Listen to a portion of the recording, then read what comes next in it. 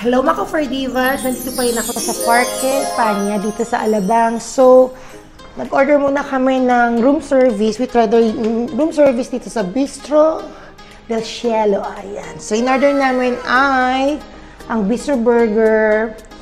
May pa-steak sila at saka yung Clubhouse sandwich. Ito ay yung Salisbury steak. Ayan, ang sarap. Din kay Mamu. Yan ay ang Clubhouse sandwich. Bongga. And I have the Bistro Burger. Laki pala no. Ayan, tara, kain tayo.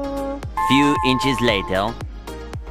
This is kay Kelly. Steak daw. Let's eat beer. Ayan. Di ba wala si Krista tayo? Service tayo. Bahala ka. Okay. Check out. Nagano magugulat ka, girl. It's my food. Yan. Bistro Burger nila, oh.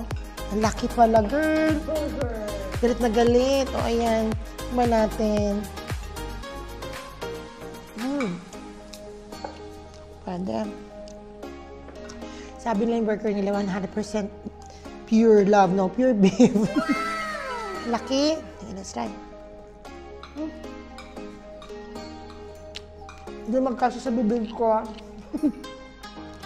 Kaya ka nakuha niya? Diyan?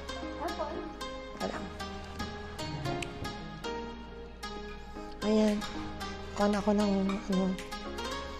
Kasi it's too messy talaga. Pag ganito. Wala na, natanggal na yung ano ko. Burger ko, sira na. Hindi naman din kasya sa bibig ko, girl. Eat. Alam mo, today, lahat ng ginawa natin today, kumain lang. No, it's this it. It's way to eat. Wala sila Crystal, nakita-kita sila ng mga high school friends niya. Kami dito sa room niya, sa hotel room niya. Eh, order daw kami. Okay, order na lang daw kami. Tawa na kami lumabas.